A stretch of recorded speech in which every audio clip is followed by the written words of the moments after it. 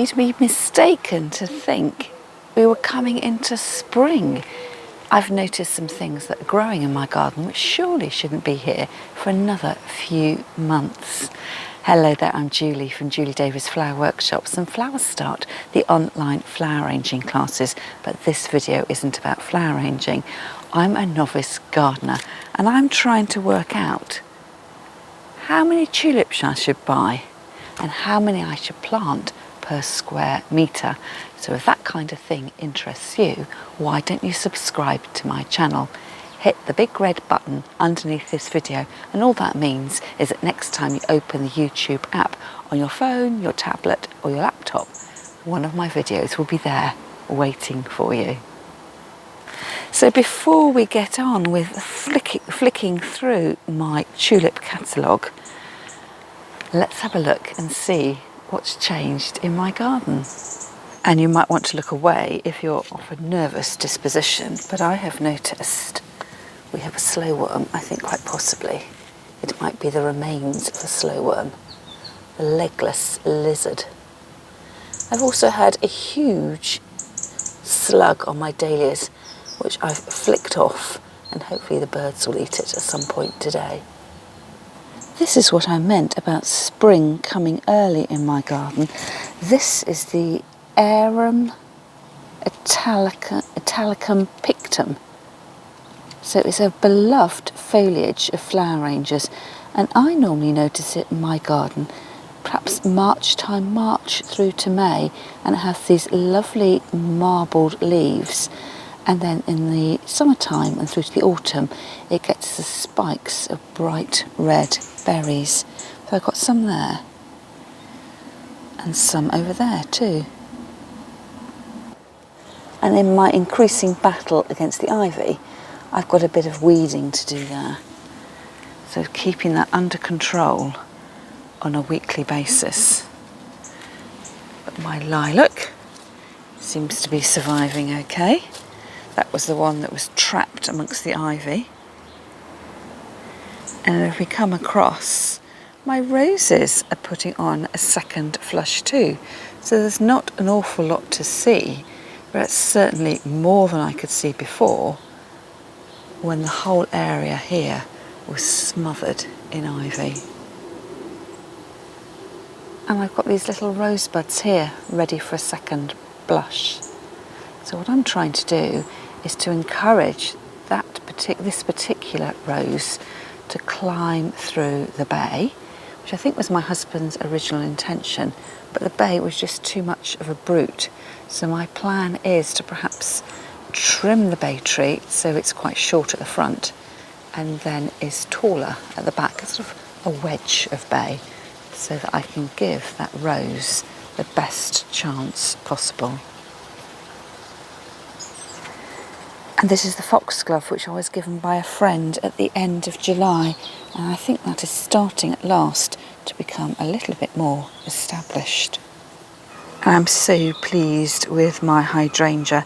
In fact, today I think I might have a go at perhaps just cutting one or two of these stems to see whether I can get them to dry indoors. And you'll notice the fresh new growth here and over here too. And my big news in the garden is that I've got this delightful deep pink cosmos. Let's see if I can get that into focus a little bit better.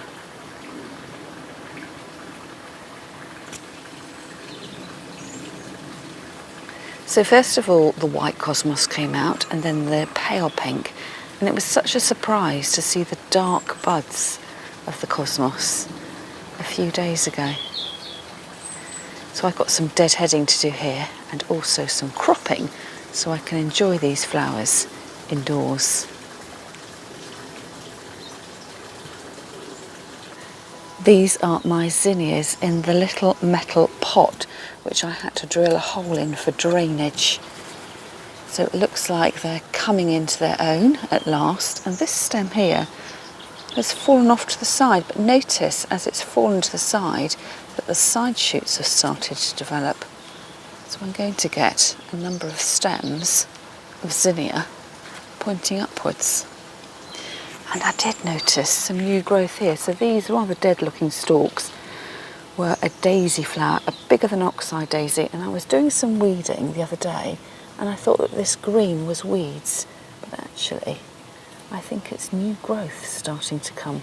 So that's another little success story.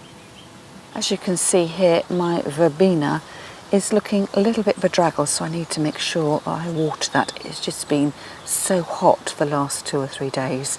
And then over here I bought a pair of verbena from a bric-a-brac stall at a local flower festival that I went to at the weekend. But I'm noticing these are going slightly yellowy.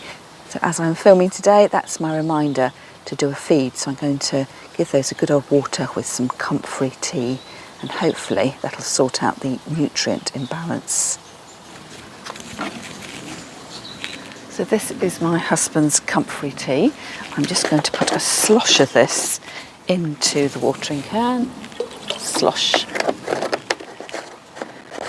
I'm slightly loath to plant my small pots of verbena out because of the slug damage that I'm noticing. So I'm just wondering whether having them slightly elevated off the ground is going to protect them slightly. But thank you to Kate with her recommendation on last week's video when she suggested that I put a saucer of cheap beer out and then let the slugs, they're attracted to it, and then they have a happy drink and they literally drown their sorrows. And I've bought myself a 4th dahlia from our street market last week. So I've been having a little bit of trouble keeping this moist in here, so I've been having to submerge it inside our water barrel. So it looked, and the reason I bought this was because it looked nice and tall, but now when I'm looking at it, I'm wondering whether it's still a dwarf variety which just happens to have got some leggy growth on it. I really do need, well, I feel the need to get some standard height dahlias in order that I get the length to use as cut flowers. So really and truly these need to be planted out, and also they need to be dead headed. So that's my job for today. And this is the bit that I really don't enjoy doing. So I need to dig myself a hole. Have I got the right tools? Is it okay to dig a hole with a trowel, or should I be getting my big spade out? Can you see that huge worm? It's all about the wildlife today. So I must be doing something right.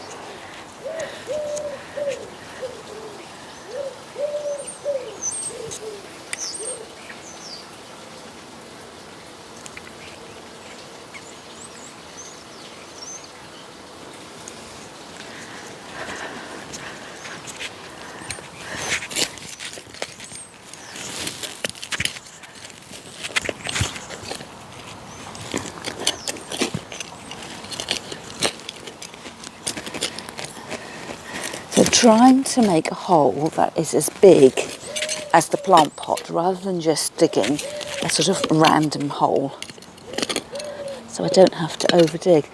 I can feel something metal. Is that a metal or a stone? A little bit of excavation going on here. Perhaps it's just a stone. So I'm going to water the hole.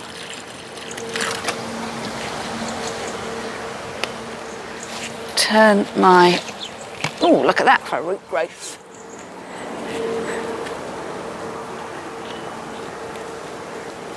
Just rough up the edges to encourage the roots to spread.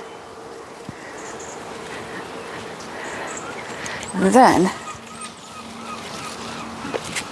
plant, sort of lifting up the skirts of the flower, of the plant, scraping the soil back into position, and then with my fists just firming it down into place, and then give it a good water.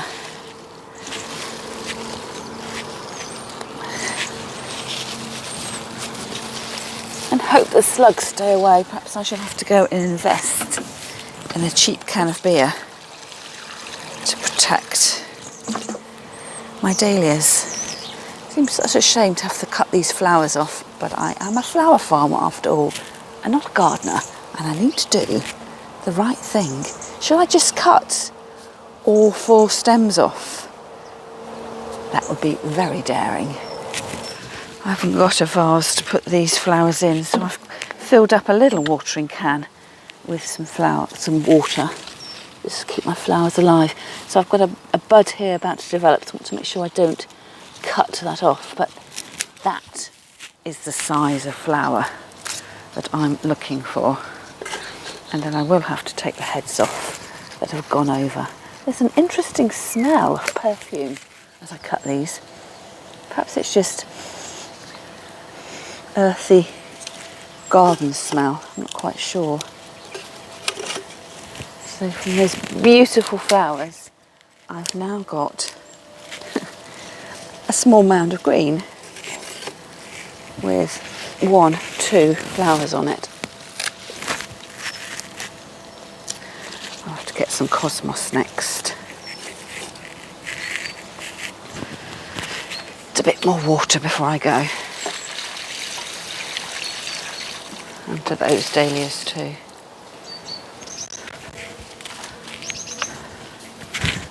So let's have a look. Nice long lengths of cosmos, a bit of deadheading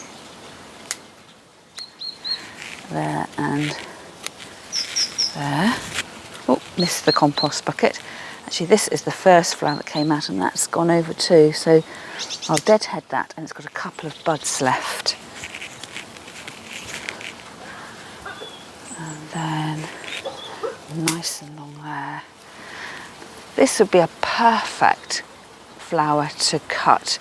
It's about 1/4 open, but if I cut that stem off and have any length to it, I'm then going to lose 1, 2, 3, 4, 5. Well, I can see at least 5 stems there. What do I do? Do I cut it? Will those small buds come out in the vase? I guess the only way I'll know is to give it a go. So I'm going to see where that branches down, how long I can cut.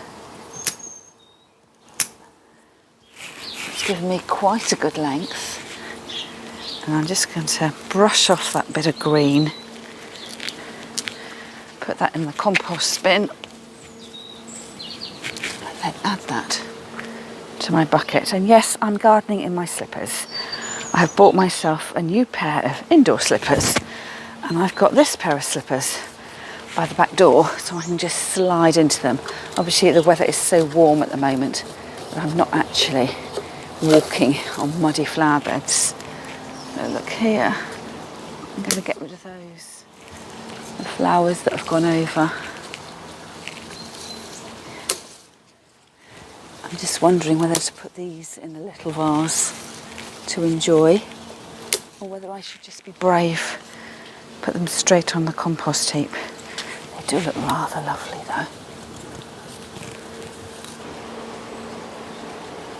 Need to carry on now with a little bit of watering everywhere else and picking up my gardening tools and my empty flower pots as I go.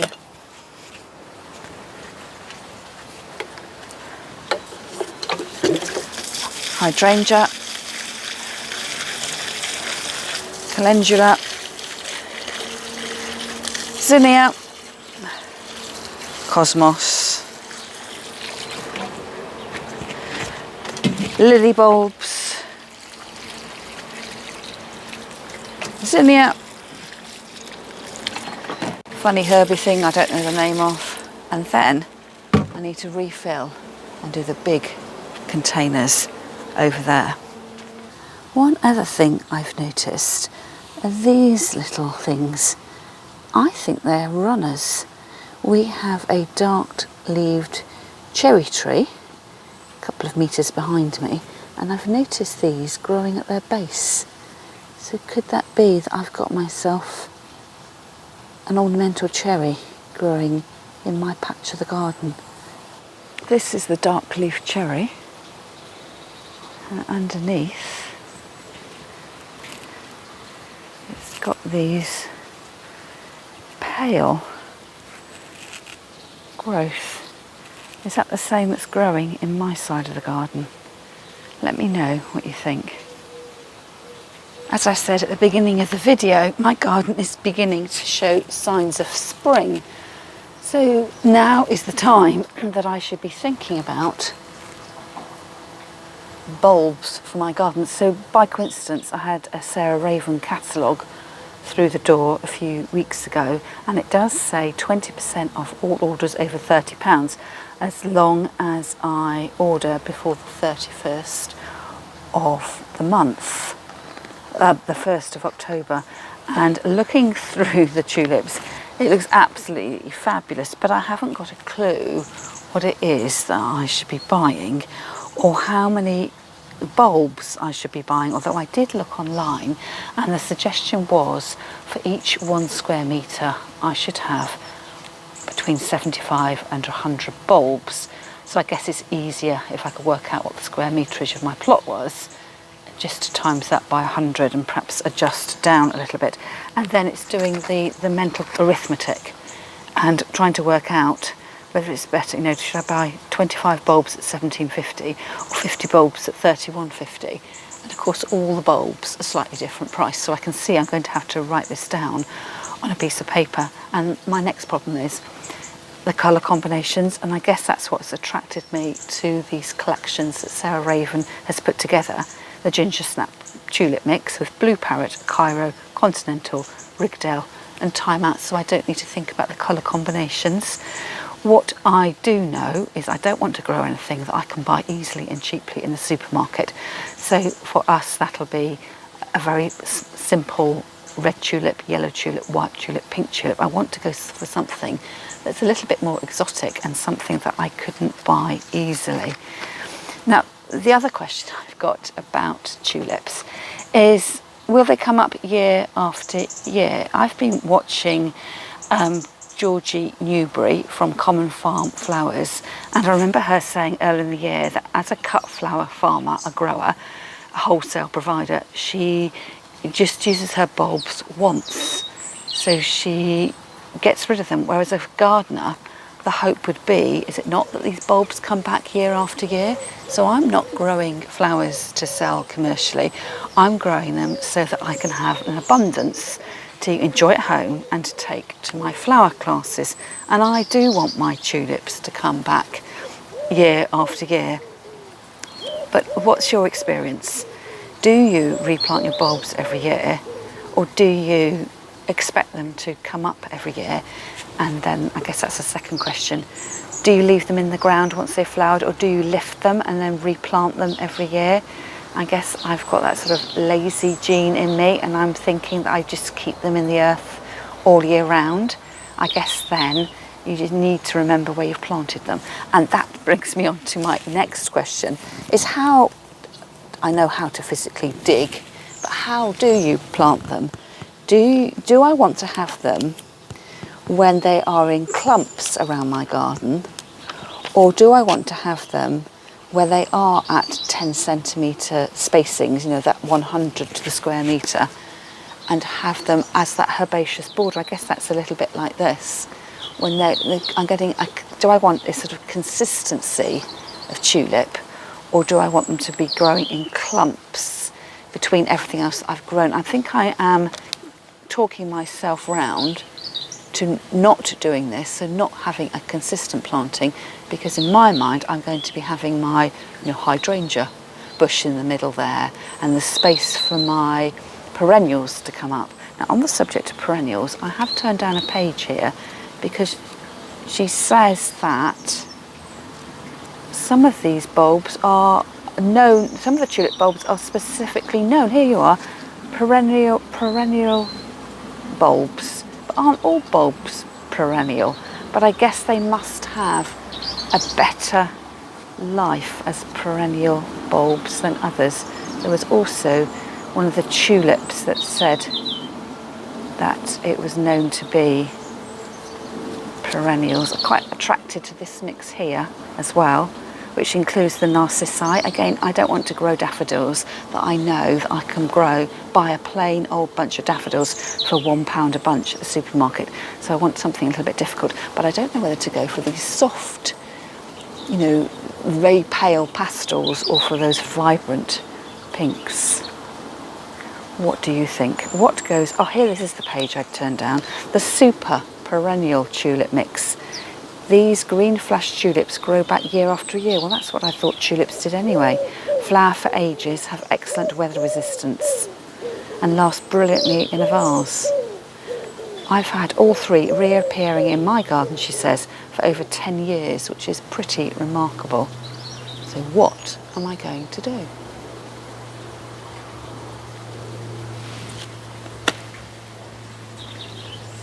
So that is my gardening conundrum of the day. I think it's time for a cup of tea to sit down at the kitchen table and actually have a look through my catalogue.